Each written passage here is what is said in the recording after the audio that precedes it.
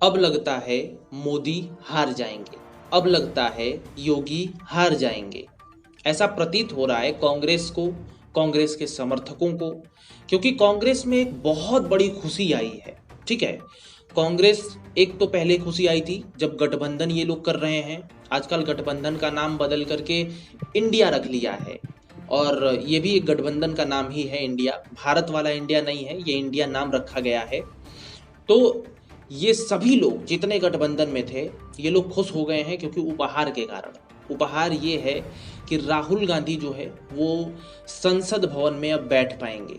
दरअसल कांड क्या हुआ था वो भी मैं बताऊंगा, ठीक है, लेकिन उसके बाद पहले मैं ये बता देता हूं कि मैं क्यों खुश हूं। जबकि मैं कांग्रेस को सपोर्ट नहीं करता हूं, फिर भी राहुल गांधी के आने से मैं क्यों खुश हूं, ठीक है। उसके बाद मैं बताऊंगा कि राहुल गांधी ने क्या ऐसा किया था कि उनकी संसद की सदस्यता खत्म हो गई थी। पहले मैं बता देता हूं अपने इमोशंस। दरअसल क्या है कि मैं बीजेपी को सपोर्ट करता हूं, मैं ओपनली अगर आपको बात बोलूं तो, क्योंकि मुझे उन लोगों की जो भी काम करने की शैली है वो पसंद आती है। ठीक है, अगर नहीं पसंद आएगी मैं बीजेपी को भी छोड़ दूंगा, फिलहाल के लिए आ रही है तो मैं बीजेपी को सपोर्ट कर रहा हूं। पहली बात क्या है कि जब भी मैं सोचता था इलेक्शन होगा तो मोदी के सामने कोई टक्कर वाला था ही नहीं, और इसमें जितना इतना आलू भंटे वाला काम था, मतलब एकदम सस्ता सस्ता।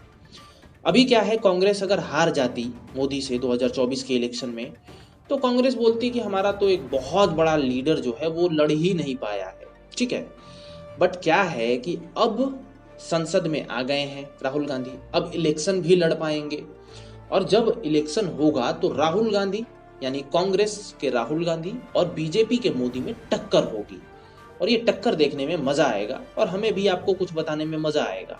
तो इसीलिए मैं तो भैया बहुत प्रसन्न हूँ। ठीक है, बाकी मैं चाहता हूँ सब हमारे देश के लिए विकास का कार्य करें, चाहे कांग्रेस हो या फिर बीजेपी, लेकिन कहीं ना कहीं मुझे बीजेपी ज़्यादा अच्छा अभी लग रही है, मेथड्स जैसे जैसे काम कर रही है उसके अनुसार।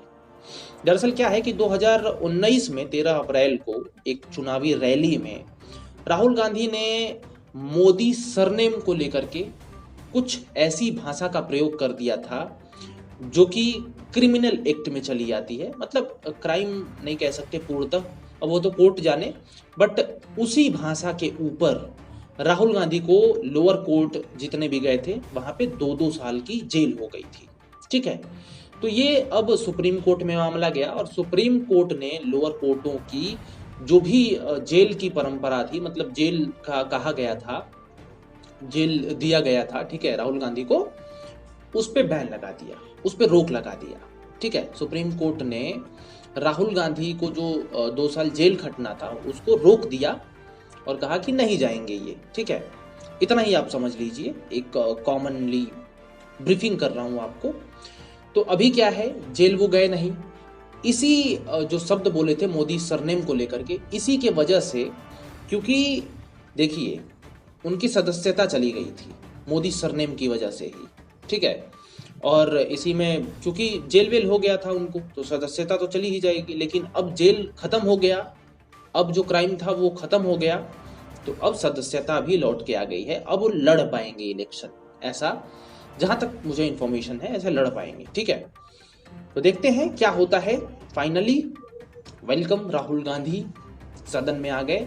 आप लोगों का क्या कहना है, आप लोग बताइए, और खुशी मनाइए कांग्रेस अगर पार्टी को सपोर्ट करते हैं तो।